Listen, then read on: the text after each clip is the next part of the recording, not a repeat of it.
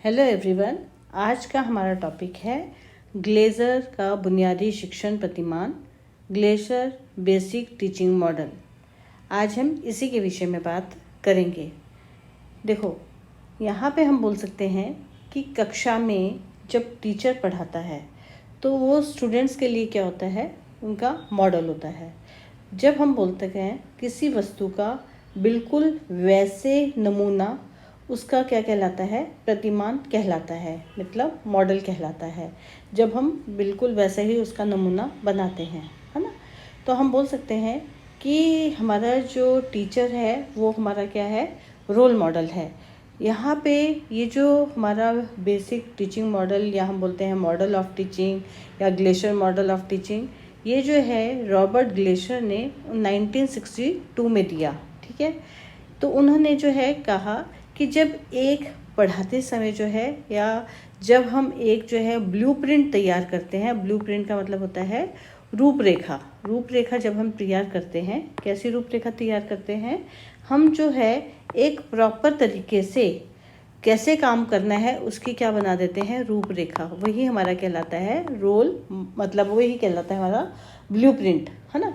देखो, जैसे अगर हम घर में मकान बनाते हैं तो मकान बनाने से पहले जो है उसका तैयार किया जाता है ब्लूप्रिंट। जैसे कि मतलब जिसको हम नक्शा बोल देते हैं कि कौन सी चीज़ कहाँ होगी। मान लो किचन कहाँ होगी, स्टोर कहाँ होगा, पूजा घर कहाँ होगा, मास्टर बेडरूम कौन सा होगा, है ना। मतलब इन सब चीज़ों का जो है एक रूपरेखा तैयार की जाती है, नक्शा तैयार किया जाता है, वही हमारा ब्लूप्रिंट होता है। ऐसे ही टीचिंग में जो है, जो हमारा जो है एक ब्लूप्रिंट तैयार किया जाता है, जो हम बोल सकते हैं कि मॉडल ऑफ टीचिंग है, या हम बोलते हैं कि रॉबर्ट ग्लेशियर ने जो है 1962 में दिया। ये जो है साइकोलॉजिकल मॉडल ऑफ टीचिंग है। कैसा है, साइकोलॉजिकल मॉडल ऑफ टीचिंग क्यों है, क्योंकि इसमें जो है शिक्षण से संबंधित टीचर क्या चाहता है और बच्चे कैसे करते हैं, उसी के अकॉर्डिंग जो है सारी रूपरेखा बनाई गई है।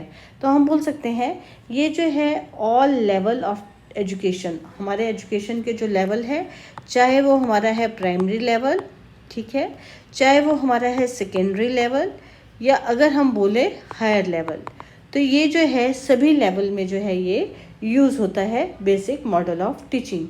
इसमें जो है 4 बेसिक कंपोनेंट हैं।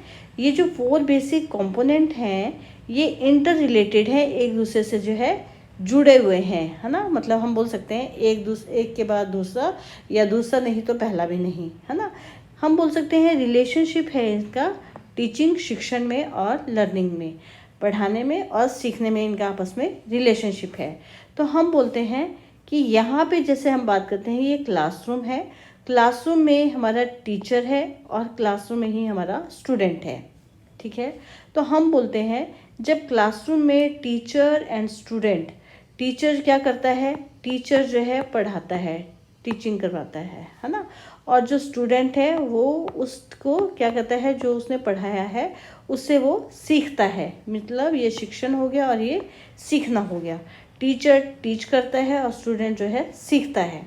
ठीक है, अब जब टीचर टीच करता है तो उसमें क्या होनी चाहिए, मास्टरी ओवर द सब्जेक्ट होनी चाहिए, मास्टरी होनी चाहिए, एक्सपीरियंस होना चाहिए, जिससे बच्चे को जो अच्छे से समझ आ जाए स्टूडेंट को। और जब स्टूडेंट को अच्छे से समझ आ जाता है तो क्या होता है कि उसके जो है बिहेवियर में चेंज हो जाता है, चेंज इन बिहेवियर, है ना। उसके क्या हो जाता है, बिहेवियर में जो है चेंज हो जाता है ना। हम बोल सकते हैं कि जो हमारा ग्लेशियर बेसिक टीचिंग मॉडल है, इसमें जो ये 4 कंपोनेंट्स हैं, 4 कंपोनेंट जैसे मैंने बताया कौन कौन से हैं, instructional objective, entering behaviour, instructional procedure और परफॉर्मेंस असेसमेंट, जिसको हिंदी में बोलते हैं अनुदेशनात्मक लक्ष्य, प्रारंभिक व्यवहार, अनुदेशनात्मक प्रक्रियाएं और निष्पादन मूल्यांकन। ठीक है, ये 4 जो हमारे इसमें एलिमेंट हैं। अब हम इन्हीं के विषय में एक एक करके बात करेंगे। देखो, इंस्ट्रक्शनल ऑब्जेक्टिव मीन्स अनुदेशनात्मक उद्देश्य। तो यहाँ पे जो है मैं एक एग्जाम्पल लेके चलती हूँ और उससे आपको समझ आ जाएगा। देखो, जो हमारे इंस्ट्रक्शनल ऑब्जेक्टिव होते हैं, अनुदेशनात्मक उद्देश्य होते हैं, ये जो है हर एक टीचर का जो उसका सब्जेक्ट है उसके लिए जो है अलग, मतलब हर प्रत्येक टीचर के लिए अपने ही अलग अलग सब्जेक्ट के लिए अलग अलग होते हैं। मीन्स ये जो है ये 30 से 35 या 35 से 40 मिनट की क्लास के लिए बनाए जाते हैं या 1 घंटे की क्लास के लिए बनाए जाते हैं according to Bloom's taxonomy. Bloom's क्या बोलता है कि कॉग्निटिव डोमेन, अफेक्टिव डोमेन और साइकोमोटर डोमेन। मीन्स कह सकते हैं कि हम जब ये ऑब्जेक्टिव बनाते हैं हेड से रिलेटेड, हार्ट से और बाय लर्निंग बाय डूइंग होते हैं।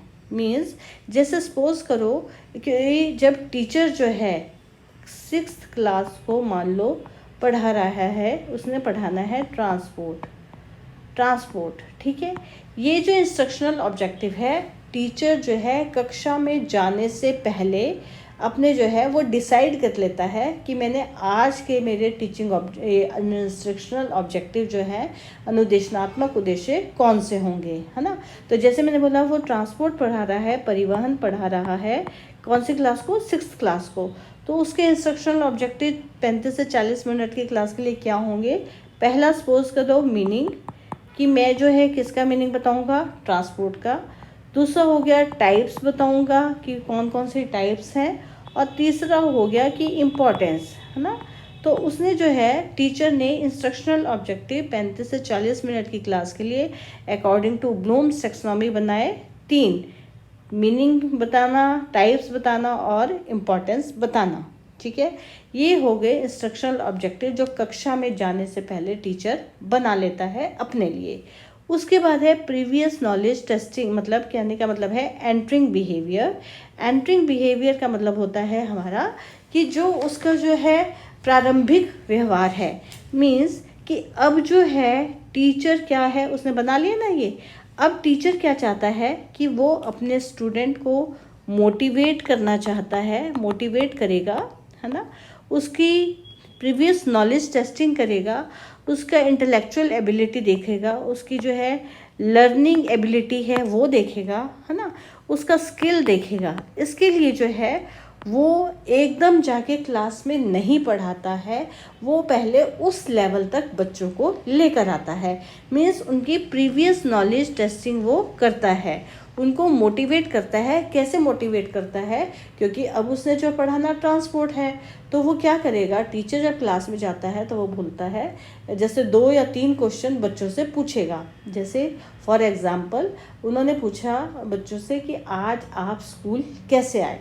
तो किसी ने बोला मैं गाड़ी से आया, किसी ने बोला मैं कार से आया, किसी ने बोला मैं बस में आया, किसी ने बोला मैं पैदल आया, किसी ने बोला मैं साइकिल पे आया, ठीक है। अब फिर उसने एक और क्वेश्चन पूछा कि आप में से किस किस ने जो है मेट्रो ट्रेन देखी है। तो अगर किसी ने देखी होगी तो वो बता देंगे कि हमने देखी, है ना। तो फिर आप पूछोगे कैसी है, ये हो गया। और कोई बोलेगा कि हमने मेट्रो ट्रेन नहीं देखी, सपोज करो, ठीक है। तो अब जो है, अब बच्चों को पता लग गया कि सर तो कुछ गाड़ियों की बात कर रहे हैं, है ना, कुछ क्या आज ने सर ने क्या पढ़ाना होगा। फिर उसके बाद जो है टीचर जो है वो बोलता है कि हाँ आज हम ट्रांसपोर्ट के विषय में, परिवहन के विषय में पढ़ेंगे। मीन्स बच्चे मोटिवेट भी हो गए, उनकी नॉलेज की भी क्या होगी, अंडरस्टैंड कर लिया कि बच्चों को कितना आता है। तो ये हो गया एंटरिंग बिहेवियर। उसके बाद आता है इंस्ट्रक्शनल प्रोसीजर। इंस्ट्रक्शनल प्रोसीजर का मतलब ये हो गया कि इसमें जो है मेथड्स जो है, मेथड ऑफ जो टीचिंग है वो देखे जाते हैं according to level of the student. कि अगर जो हाई लेवल पे हम पढ़ा रहे हैं तो लेक्चर मेथड चलेगा, अगर हम छोटी क्लास को पढ़ा रहे हैं तो स्टोरी टेलिंग भी हो सकता है। एग्जाम्पल हम इसमें कैसे देंगे, सिंपल टू कॉम्प्लेक्स देंगे, इजी टू डिफ़िकल्ट देंगे, है ना। इसमें जो है टीचिंग लर्निंग मटेरियल, TLM होता है, टीचिंग लर्निंग मटेरियल का यूज़ करेंगे। हम जो है उनको मॉडल दिखाएंगे, चार्ट दिखाएंगे, फ्लैश कार्ड दिखाएंगे, एक्टिविटीज़ कराएंगे, उनसे क्वेश्चन आंसर पूछेंगे, उनसे इंटरेक्शन करेंगे। इंटरेक्शन का मतलब हो गया कि मान लो हमने पढ़ाया, टीचर ने पढ़ाया, बच्चों से क्वेश्चनिंग की, वो बच्चों को इन्वॉल्वमेंट करेंगे, बच्चों से जो है वो ये बोल सकते हैं, ब्लैक बोर्ड पे वो क्वेश्चन लिख देंगे, एक एक बच्चे को बुलाएंगे आप और इसका आंसर ब्लैक बोर्ड पे लिखो, या fill in the blanks black board पे लिख दिए, आओ और बच्चों ब्लैक बोर्ड पे फिल इन द ब्लैंक्स को फिल करो। इस तरह से जो है हर एक क्वेश्चन को जो है वो काम करवाएंगे, ठीक है। इसके बाद आता है हमारा परफॉर्मेंस असेसमेंट। परफॉर्मेंस असेसमेंट जो है, देखो इंस्ट्रक्शनल प्रोसीजर भी अब हमारा हो गया, अब परफॉर्मेंस असेसमेंट मतलब निष्पादन मूल्यांकन। हम जो टीचर जो है वो क्या करेगा कि उनका टेस्ट लेगा, टेस्ट लेने के लिए वो इवेल्युएशन करता है, इवेल्युएशन में उसको पता लग जाता है टीचर को कैसे करेगा, वो हमें पता लग गया, वो ऑब्जर्वेशन से कर सकता है ना, ऑब्जर्वेशन हो गई, इंटरव्यू ले लिया, मतलब कहने का मतलब ये है वो ओरल भी पूछ सकता है और रिटन भी टेस्ट ले सकता है। मीन्स यहाँ पे जो है उसको फीडबैक मिल जाएगी कि मैंने जो बच्चों को पढ़ाया वो बच्चों को कितना समझ में आया। मीन्स अब आप लोग ही देखो कि जब हमने ये टॉपिक शुरू किया था तो हमें पता नहीं था कि जो हमारे ग्लेशियर मॉडल ऑफ टीचिंग है इसमें 4 कंपोनेंट्स तो हैं, लेकिन ये कौन कौन से हैं, तो अब आपको पता लग गया। Instructional objective, entering behaviour, instructional procedure और परफॉर्मेंस असेसमेंट। तो ये जो है इस तरह से जब हम स्टूडेंट्स को एक सीक्वेंस में पढ़ाते हैं तो बच्चों को आसानी से समझ आ जाता है ना। तो हम बोल सकते हैं कि अब जो है जैसे कि ग्लेशियर बेसिक टीचिंग मॉडल में जो है फंडामेंटल एलिमेंट्स कौन कौन से हैं, जैसे फोकस किस में किया, सीक्वेंस को, कि सीक्वेंस होनी चाहिए, मीन्स सिंपल टू कॉम्प्लेक्स में, ये नहीं कि बाद की चीज़ पहले बता दी और पहले की चीज़ बाद में बता दी। दूसरा है सिंटेक्स। सिंटेक्स का मतलब ये होता है कि संरचना, है ना।